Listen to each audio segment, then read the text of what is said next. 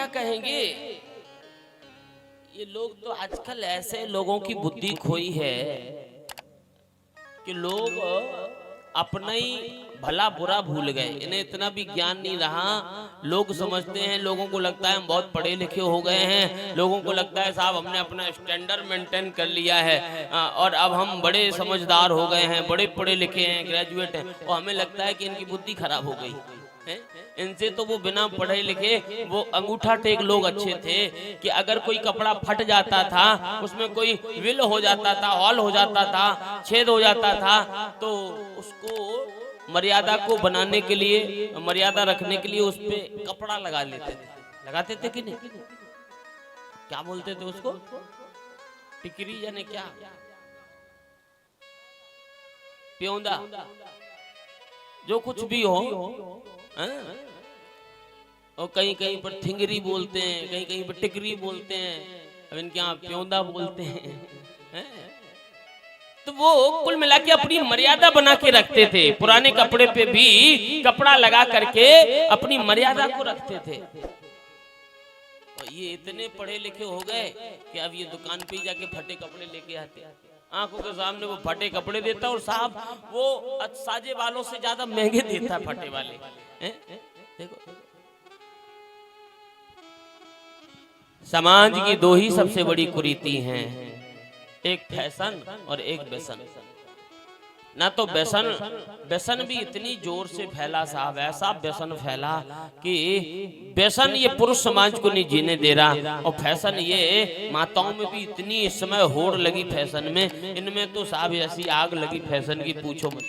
और गांवों में तो बड़ी मर्यादा है, आप शहरों में जाके देखो तो अपने आप से देखने में लज्जा आती है, देखने में ऐसा पहनावा पहना जा रहा, ऐसा फैशन आया है। गांवों में बड़ी मर्यादा अभी भी। अब हम तो वहीं दिल्ली रहते, हम तो रात दिन यही नाटक देख रहे, ऐसी आग लगी। व्यसन आदमी को नहीं जीने दे रहा है, ऐसा व्यसन फैला। पहले यदा कदा गांव में दो चार लोग होते थे जो उल्टे सीधे ये सब कोई नशेबाजी में सब, अब तो हर आदमी। और एक सबसे बड़ा नशा ऐसा दे दिया गया, ये मोबाइल एक इतना बड़ा नशा हो गया, इसके बिना तो साहब पूछो ही मत। ये तो स्मैक से भी ज्यादा साहब खतरनाक है, स्मैक से भी ज्यादा। इसने आदमी को नेत्रहीन कर दिया, एक तो उसकी पहले दृष्टि खराब कर दी, और आदमी को बचपन में ही जवान कर दिया। वो बड़ा होने से पहले ही पूरी दुनिया जान लेता है, पूरी दुनिया कितना संसार है, कितना है। ये मोबाइल, रात दिन घर में चार आदमी हैं तो चार में से चारों बस केवल फोन लिए, ये ले ले, ले, ले, ले। किसी को किसी से नहीं लेना देना, मरो तो मर जाओ, जिंदा हो मर गए कैसे हो कोई लेना देना नहीं। ऐसी बीमारी लगी ये फोन। घर में आटा ना हो, आटा खत्म हो जाए तो साहब आटा की बाद में सोचेगा, अगर मोबाइल का रिचार्ज खत्म हो गया तो पड़ोसी से उधार मांगेगा, पहले रिचार्ज कराएगा और फिर बाद में सोचेगा कि अगर भूखे हैं तो आज रह लेंगे। ऐसा व्यसन फैला है, ऐसा व्यसन फैला कि हमने देखा है लोगों ने व्यसन के चक्कर में, ये नशे के चक्कर में पीते पीते अगर एक बार आदत लग गई गलत नशे की, तो उस नशे के चक्कर में लोगों ने अपनी इज्जत गंवा दी, लोगों ने अपनी शोहरत गंवा दी, दौलत गंवा दी, यहाँ तक कि सब कुछ गंवा दिया, रोड पे फकीर बने डोल रहे। हमने तो ऐसे ऐसे पीने वाले देखे, नशेबाज देखे हैं कि अगर श्रीमान जी को पीने की आदत है तो शाम को चाहे रिक्शा चला के आए, चाहे वो चोरी करके लाए, पौआ की व्यवस्था हो जाएगी, लेकिन शाम को पाव भर आटा की व्यवस्था नहीं होगी, लेकिन पौआ की होगी, चाहे कैसे भी होगी। और इस समय कम से कम 90% समाज व्यसन से ग्रसित हो गया। 90%, 10% है, ये मान लो कि जो बचे हैं वे बड़ी भगवान की कृपा है। तुमने कोनो बहुत बड़े देवता पूजे थे, ये सब लड़का बचे हैं जो सब उल्टी सीधी चीज है।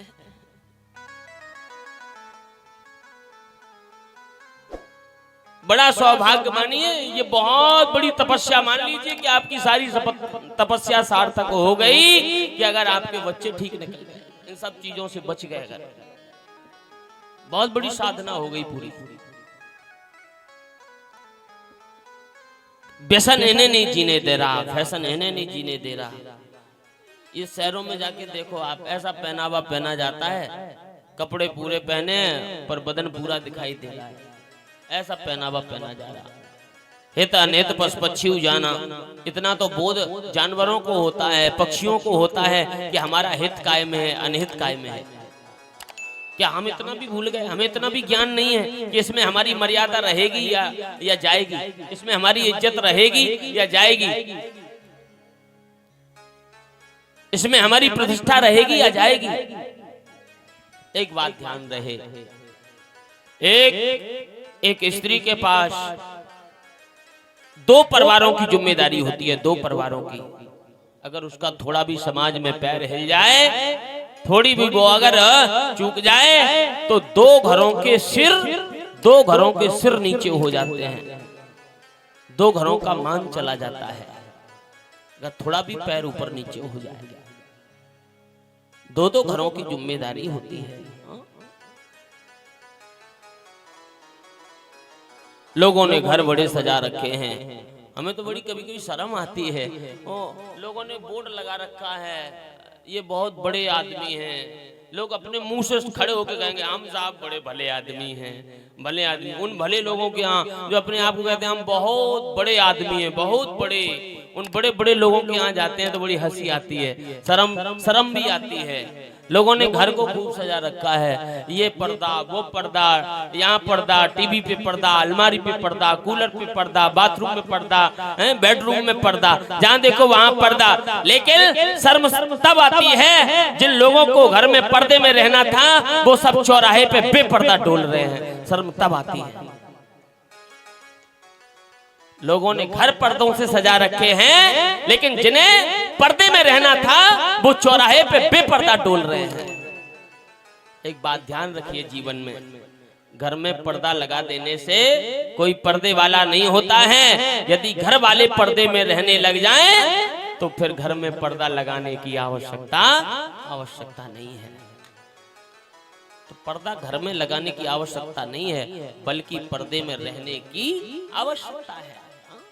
हमारी मर्यादा क्या है, हमारी किस में प्रतिष्ठा रहेगी, जाएगी, ये बोध हमें रहे, यही कथा सिखाती है और यही सीखने की जरूरत है। दुनिया के चक्कर में मत पड़ो, कौन क्या कर रहा है, अरे करने दो। अब कोई दूसरा कुएं में कूदेगा तो तुम्हें भी कूदना है, और कूदोगे तो फिर समझ लो हाल वही होगा जो दूसरे का हो रहा वही तुम्हारा होगा।